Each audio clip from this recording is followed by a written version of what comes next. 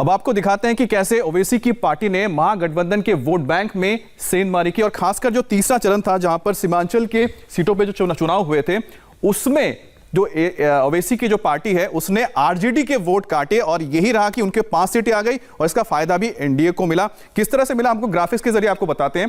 जो सीमांचल का इलाका है उस इलाके में जैसे पूर्णिया पड़ता है, किशनगंज पड़ता है, 24 यहां पर सीटें आप देख रहे हैं।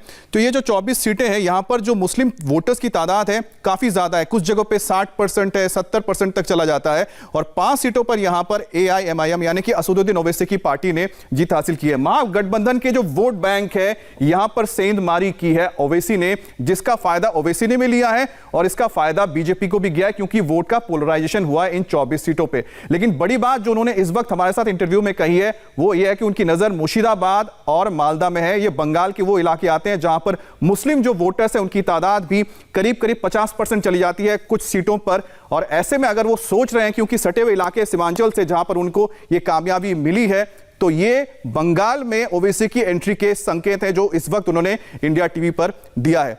तो इसके बाद आप समझिए किस तरह से जो 5 सीटें उनको मिली है वो कौन कौन सी सीटें हैं। देखिए अमौर में कांग्रेस को 17% वोट मिले हैं, जेडीयू को 23%, लेकिन 51% वोट मिले AIMIM को, यानी कि महागठबंधन के वोट काट गए। दूसरी सीट आती है कोचा धामन, यहां पर देखिए आरजेडी के 16% वोट गए हैं, 27% जेडीयू के हैं, MIM 49%, लगभग 50% वोट यहां पर उन्होंने ले लिए हैं। अब बहादुरगंज में क्या हुआ है, कांग्रेस को देखिए 18% मिला है, 24% यहां पर वीआईपी है यानी जो एनडीए के सपोर्टर हैं और साथ में ये देखिए 50% वोट गया है। इसी तरह से एक और सीट है 82, इसमें देखिए 21% आरजेडी, 29% बीजेपी और 38% AIMIM, यानी सीधी सी बात है यहां का जो वोट कटा वहां गया, फायदा हुआ AIMIM को, यानी मुस्लिम वोटों की जो बिखराव है उससे नुकसान पहुंचा है। जोकीहाट में 30% आरजेडी को, बीजेपी को 28% और 34% गया है MIM को। यहां पर फाइट थी लेकिन देखिए 4% का इजाफा जो मिला। और साथ ही अमौर में कांग्रेस को हम जो बता रहे हैं 17% वोट मिले हैं, 23% यहां पर आप देखिए जेडीयू को है, लेकिन यहां पर 51% वोट। तो कुछ जगहों पे आप देख रहे हैं सीटों में 50% वोट जा चुके हैं।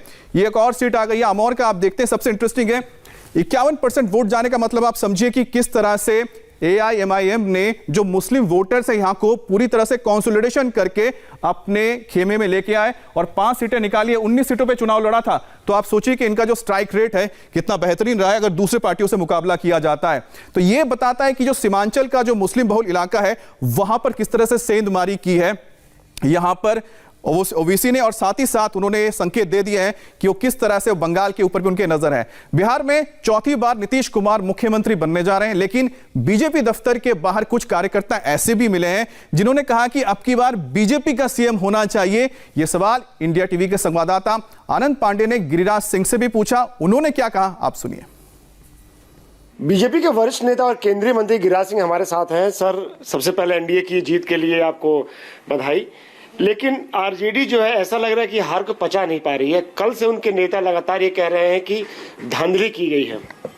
देखिए, जोर से बोलने से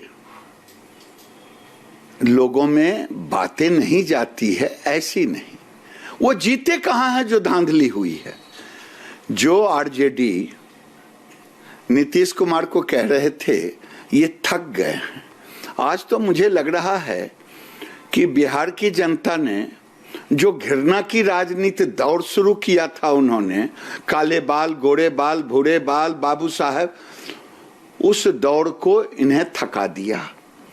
80 सीट था पिछले विधानसभा में, 75 सीट पे आके अटक गए। कांग्रेस 27 सीटें पर थी, 70 सीटें पर लड़ी, इस बार 20 सीटें पर अटक गई। ये कौन सी जीत की बात है। अपने मन मियां मिट्ठू बन रहे हैं। बिहार की जनता ने नकार दी, इसको स्वीकारें, जनादेश का सम्मान करें। मतलब आप ये कह रहे हैं कि तेजस्वी जो अपनी रैलियों में बार बार ये कहते थे कि नीतीश कुमार थक गए हैं, उसके चलते आरजेडी की सीटें कम आई। मैं तो कह रहा हूं कि राज्य की जनता वोटर ने देखा ना कि कौन थका हुआ है। राजनीतिक थकान तो उन्हें दिला दी, वो थके हुए हो गए, उनकी बात नहीं लोगों को समझ में आया। वो 10 लाख लोगों को नौकरी सरकारी देने की बात कहते थे और हम लोग कहते थे कि 15 साल में 1.25 करोड़ सेल्फ हेल्प ग्रुप के माध्यम से महिलाओं को भी किया है। लगभग 6 लाख से ऊपर 7 लाख लोगों को सरकारी नौकरी भी दी है। तो लोगों को समझ में आ रही थी ये हवाई थे, और कौन सा घृणा का ताकत लिया था, घृणा रूपी बॉर्नवीटा, जो जनता ने उन्हें थका करके 80 से 75 पर ले आया, फिर भी कह रहे हैं जीत गए। क्या इस बार जो बीजेपी कार्यकर्ता मांग कर रहे हैं कि बिहार में बीजेपी का सीएम बनना चाहिए, तो आपको लगता है कि कार्यकर्ताओं की आवाज सुनी जानी चाहिए? देखिए, भारतीय जनता पार्टी एक कार्यकर्ता और संगठन आधारित पार्टी है।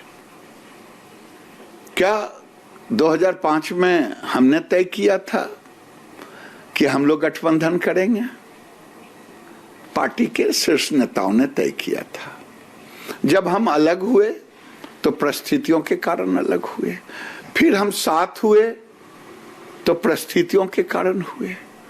ये भी हमारे शीर्ष नेतृत्व ने चुनाव के पहले जो बातें कही, कौन नेतृत्व करेगा, चुनाव के बाद जो निर्णय आया, क्या निर्णय लेंगे, ये गिरिराज के औकात से ऊपर का चीज है भैया।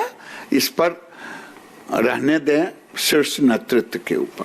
तो आपको लगता है कि अभी शीर्ष नेतृत्व को ये तय करना है कि बिहार में मुख्यमंत्री कौन होगा एनडीए का, यह तय हो चुका है पहले से? अरे भैया, की आवाज सुनेगी? अरे भैया, चिंता न करें, कार्यकर्ता आधारित पार्टी है। शीर्ष नेतृत्व कार्यकर्ताओं की बात ही सुनती है, दूसरी बात तो करती ही नहीं है। जेडीयू कह रही है कि मुख्यमंत्री तो नीतीश कुमार ही होंगे, इस पे कोई मतलब बहस की गुंजाइश नहीं है। भाई, ये कोई टीवी पर चैनल पर बहस थोड़े अमित शाह जी ने की थी, नड्डा जी ने और प्रधानमंत्री ने, इसलिए हम टीवी पर इस पर थोड़े बहस करेंगे। ये जहां बहस करनी है, जहां बात करनी है, वहां बात हुई है और आगे होगी। तो फिलहाल रुकेंगे एक ब्रेक के लिए, और ब्रेक के बाद एनडीए को मिली जीत के बाद बीजेपी कैसे जश्न मना रही है, तस्वीरें आपको दिखाएंगे।